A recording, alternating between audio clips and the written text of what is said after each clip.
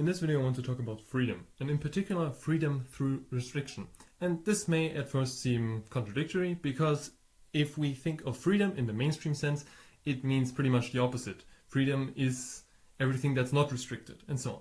But in this video again, freedom through restriction. And what I mean with this is, and I will first kind of apply this to the computer world, and to kind of things that I use in terms of technology, and then I will also try to expand it into the real world and how this might apply there as well.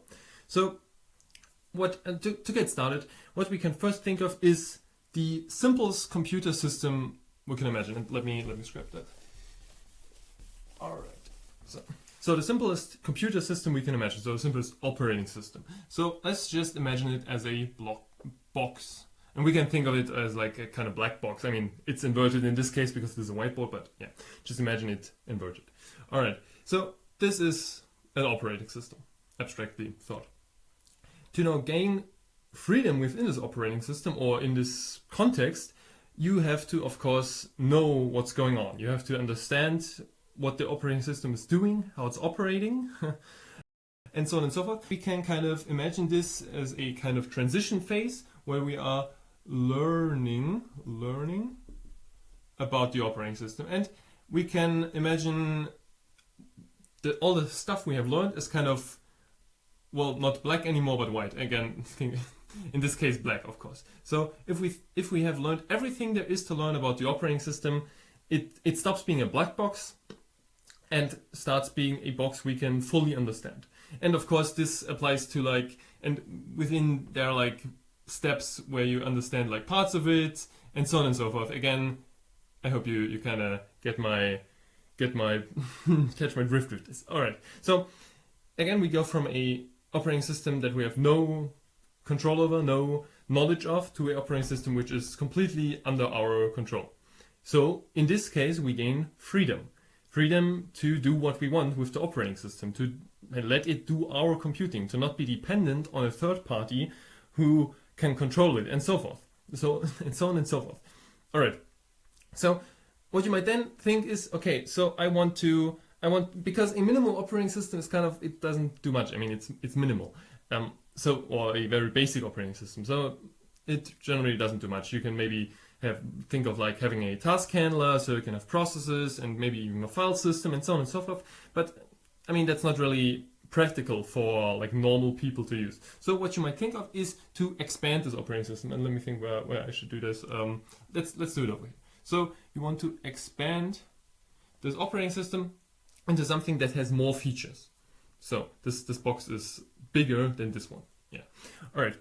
And with this, you can now think of the same process. Okay, I want to take control of this thing, and maybe we can start with the stuff we already understand, and then we have kind of expanded it. So this might be, I don't know, installing packages from third parties and so on and so forth. So installing libraries, software that we have not written ourselves, and so on. And let me just for a second go back to this. If we now expand this by writing new software ourselves, which we obviously understand, or if we add software that we do understand, then of course this gets kind of expanded in a way where we have knowledge. So like this, for example. But of course, expanding it like this is very tedious and very energy and time consuming, and so on and so forth. So again, we want more features, more complex software that can do more stuff more easily. So we expand like this. And we can now again go through a phase of learning, if you want to think about it like that. But of course, the more stuff we add, the more the size of this box increases. Yeah, makes sense. So, and this now is not a linear scale. We should not think about this in a linear scale, yes, but rather in a logarithmic scale. And what that means, let me remove this error. What this means, or what I mean with this, is that the more abstract your software gets, or the more advanced features you want to add, the exponentially will increase the complexity of your code. So again, let's think about it like this. So we have a coordinate system, and then we have a logarithmic function. So what the y-axis is features. So think about like graphical environment, think about like a word processor, think about all this kind of stuff, a web browser. So this is very like abstraction. I will not label this now, but this is, I should have done this differently. This is abstraction. So the stuff your code can actually do. We can also think about like AI and stuff like this. And this is now the x-axis is the complexity of your code or the size of your code. And it's clear, the more you want to abstract and the more advanced features you want to have, the more code you will need to. Again, this is really a logarithmic, or we could say, if we think about it in terms of what can our software do in relation to how complex is our software. And I mean, if you switch that around, you of course get like a exponential scale, where maybe I should have done it like that. Maybe that's easier to think about. But I mean, you can probably like flip this around. I mean, logarithmic and exponential, I mean, yeah, they're kind of the same but different, but like inverted, if you want to say it like that. All right, so again, your code complexity skyrockets the more features you want to have, or your code complexity skyrockets, no, your code complexity skyrockets the more features you want to have. So yeah. All right, maybe I should have settled on one of them, but I just thought it would be maybe even easier to think about it logarithmically, or not, but exponentially.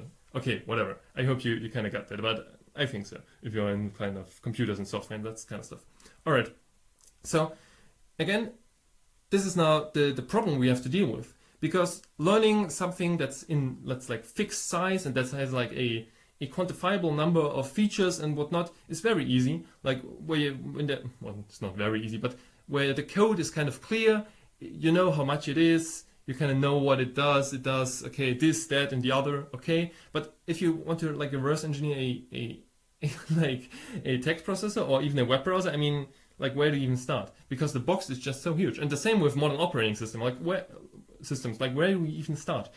The box is just so huge. So this is the principal problem here. So we can of course think about, okay, I'm gonna learn new stuff and so on and so forth.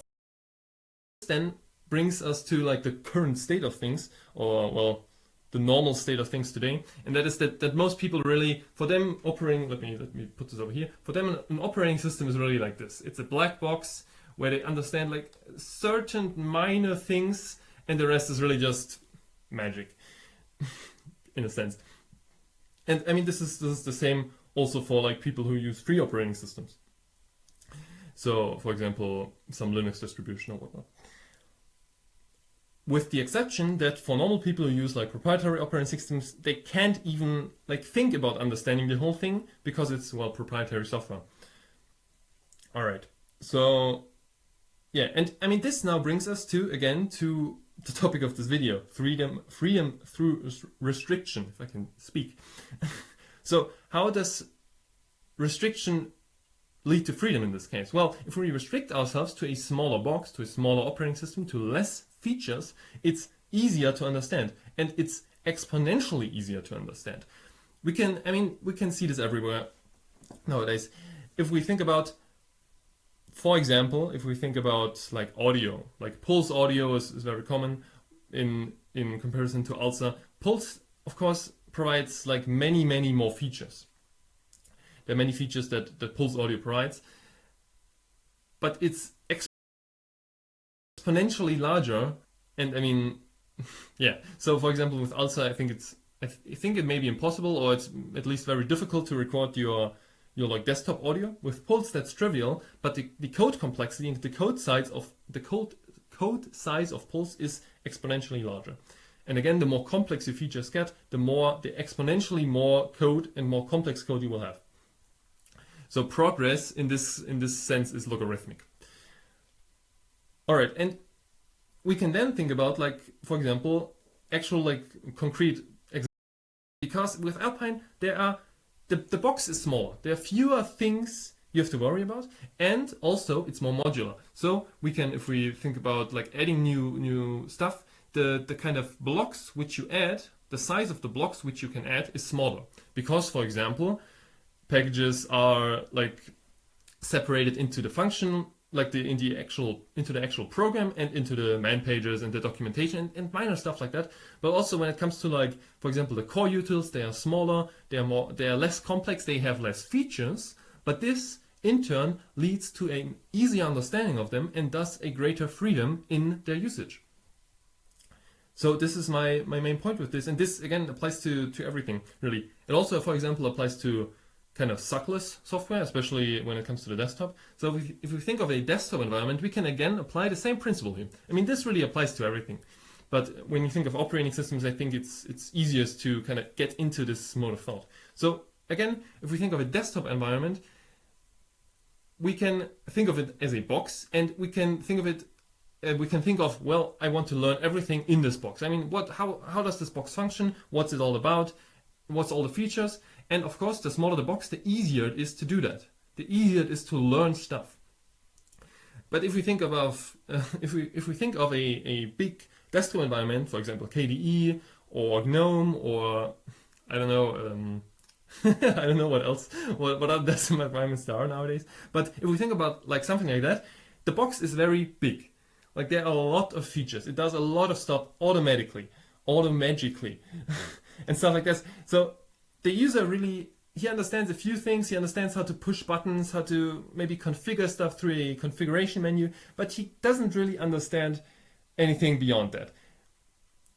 And with like something like suckless software, it's again the opposite. You can learn everything about, for example, DWM, or also ST, or also dmenu. And you can also easily customize the stuff yourself. And if you look at the patches, you will quickly realize what they do. If you, for example, know C, in the case of suckless. And so on and so forth. So this is really, and you can of course also remove certain features and whatnot. So you cannot determine the box yourself. And with like a big desktop environment, you don't patch the source code of a big desktop environment. It may allow you, it may give you, for example, the possibility of kind of understanding stuff through an options menu and configuring it that way. But yeah, that's not really changing the actual software itself, so the kind of box we're thinking about here. All right, and this also applies to real life and society as a whole, if we think about it. Again, the same principle as with software and computer technology and progress in that apply to technological progress as a whole. Like the more advanced and the more abstract you want to get with your progress, the exponentially more resources, energy, time, people involved, etc. are gonna be involved. Like this is just the reality. Like this is how it is. Again, we can think of everything really, like of every technology. Like we can think of cars. Like cars are not that difficult.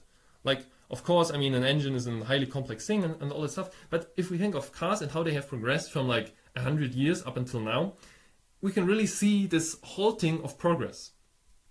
Because nowadays you need a lot of resources to improve a car even further. So to go, if we not think about this, but think about that. So let me remove this for clarity's sake. Because I initially thought about it logarithmically. So if we want to move even higher in abstraction, so for example to get even more horsepower into this car, improve ergonomics even further and all this kind of stuff, we need to again exponentially more move into this direction. So while it might have been easy in the past to like optimize a car for again speed, performance, security and so on and so forth, but if you just go this direction, you move up this entire thing. So I hope you understand what I'm getting at. So you improve a lot just by going a small step. But the further and further you go, the smaller the improvements will be and the more resources are needed for the improvement. Yeah?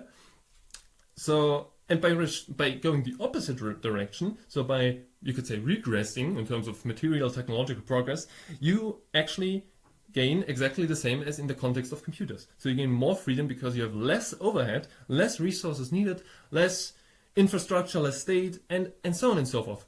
State, I don't mean only in terms of government, but in terms of the kind of state you have to hold. So the state of, for example, the electrical grid, and so on and so forth, or the internet.